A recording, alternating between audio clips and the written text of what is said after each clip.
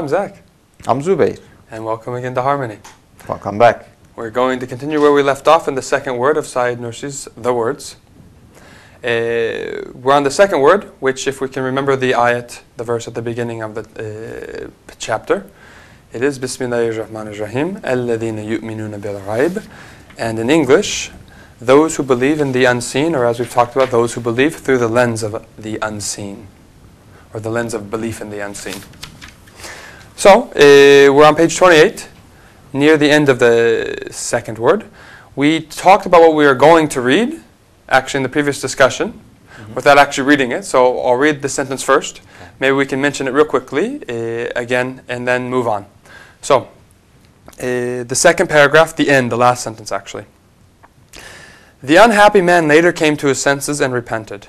He said, "Yes, I was crazy through drink. May God be pleased with you. You have saved me from a hellish state." Wow.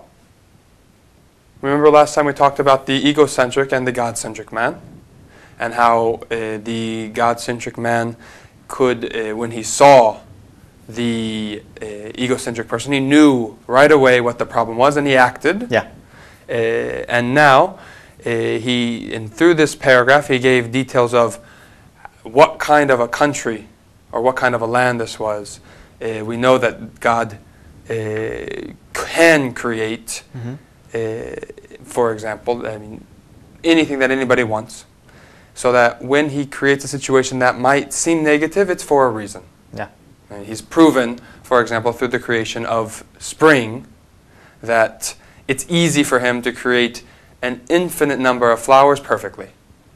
So if he doesn't create one perfectly, it's not out of lack of power, it's out of wisdom that he wants to show us. And so that's what we got to now. And so, so this, understanding this fact, the egocentric person came to his senses.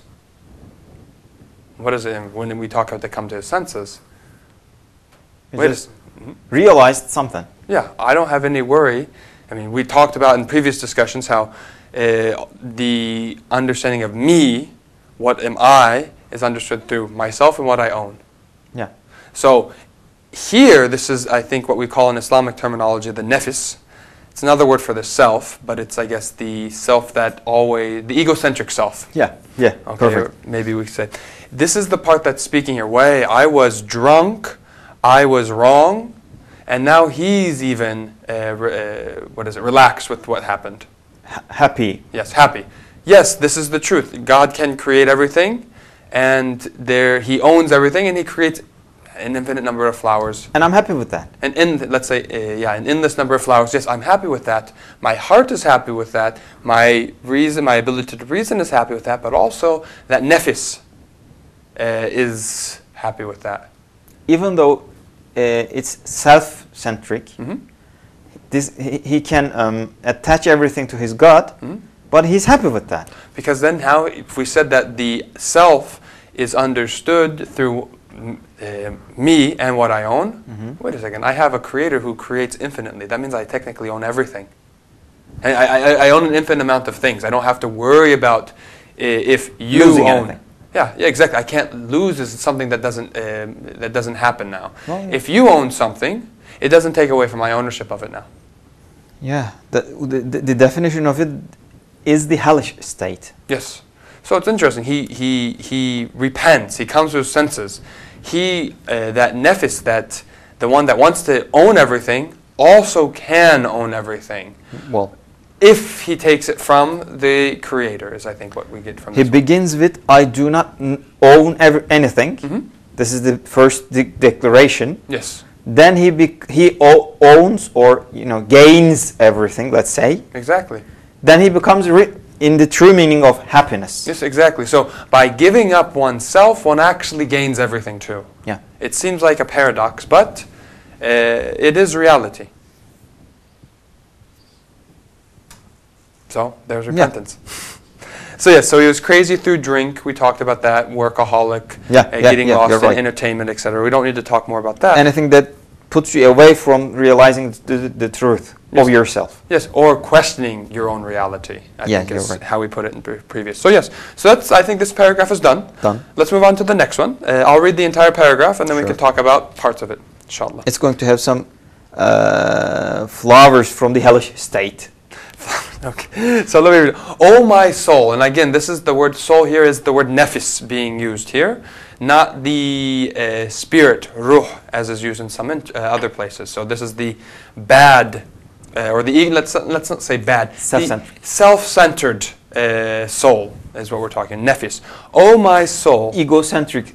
What was it? Egocentric, self-centric. Okay. I mean, nefis technically. Egocentric self. Yes, yeah, because I like the term. Nefis technically means self in Arabic too. So self-centric, egocentric, doesn't matter. Okay. So, O my soul, know that the first man represents an unbeliever or someone depraved and heedless. In his view, the world is a house of universal mourning. All living creatures are orphans weeping at the blows of death and separation.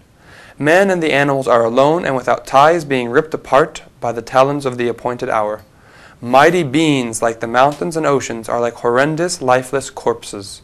Many grievous, crushing, terrifying delusions like these arise from his unbelief and misguidance, and they torment him. Well, yeah. So now the author is talking directly to himself.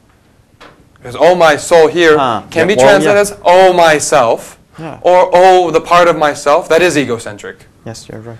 So the first man in this story, the egocentric man, represents an unbeliever, kafir in Islamic terminology or Quranic terminology. Who does not believe. One who covers up the truth. I think that's a better... Well, yeah. Yeah, one who covers up the truth and...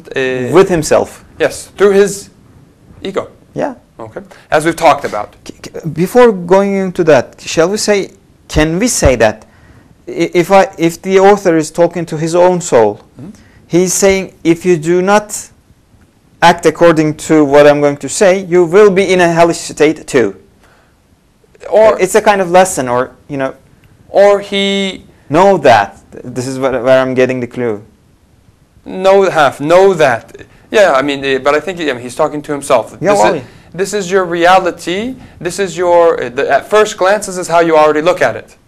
Well, yeah. Because I think we've talked about when we first look at something, we automatically assume that we are the center of the world, until somebody comes in, slaps us around, and says, "No, that's not true." So this is the big picture of yourself. Yes. Oh, my soul. Yes.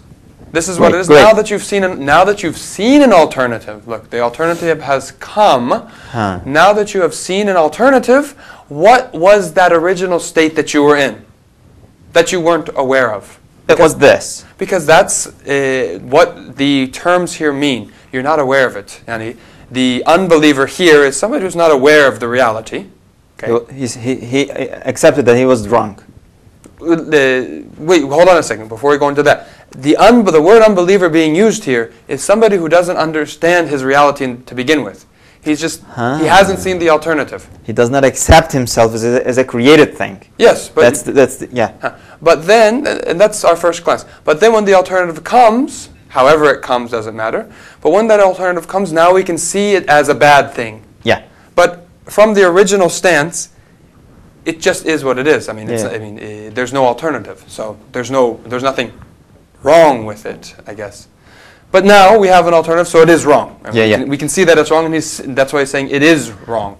Until the second man comes, the first man is alone, and he doesn't know any alternatives. Yeah. Well, yeah. Okay. Yeah. Okay. So yes. So know that this first man represents an unbeliever, or someone depraved and heedless. And the words being used here in the original were fasık, gafil. So fasık and gafil. Or Rafil, I guess is the Arabic pronunciation. So, can you open those words up with us? Because depraved and heedless. Well, yeah. The fasik is someone who is accustomed to gets the habit of doing something wrong, and he does not even recognizes he's doing it. He just keeps doing it without noticing. He doesn't feel the pain that it caused me. Like the first time we smoke a cigarette, we cough and we don't like it. Well, yeah. But after a while, we don't... You're addicted to it. We're not just addicted to it, but it doesn't cause us that pain that the first inhale caused. So you are doing something wrong as if you are doing something normal. But it's no longer, it doesn't seem wrong to you. Yeah, that's the point. Okay, so that's fasik, depraved. What about heedless? How would you understand rafid? Well, he does, as far as I understand, he knows the truth, or he has some knowledge about the truth, but he just neglects it. He doesn't really care about it. So he does not actually act according to it. So this is the one who's seen the alternative. Yep. Okay, so this could be somebody who has never seen an alternative, or somebody who has seen an alternative, but doesn't do what he needs to do in order to receive some sort of happiness or satisfaction out of it, to the point that he doesn't even realize that what he's doing is bad anymore.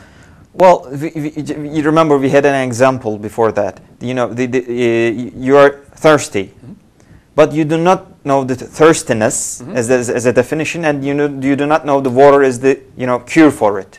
The amount of the pain you observe is limited, but when you come to a point, you know that you are thirsty, and the water is something that quenches the thirst, but you don't take it.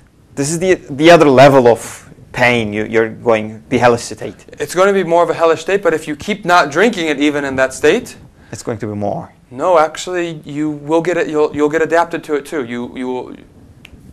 Yeah. Well, I mean, yes, your thirst will continue to increase, but let's say you drink something else that's not going to cure it or to take away your thirst, quench your thirst. Then you're going to think that that's actually quenching your thirst, but it's just making your thirst even more. Like alcohol, for example. It seems like it quenches your thirst at first, but in the end, it makes your thirst... It becomes really worse. Yes, it becomes worse afterwards, but you don't realize it while you're doing it. And so that's what we're talking about here. I think this is a good introduction to this paragraph. We can end it here, if that sounds well. Okay. Okay, so thank you very much. Hope to see you next time. Please leave your comments and questions. See you next time. Bye.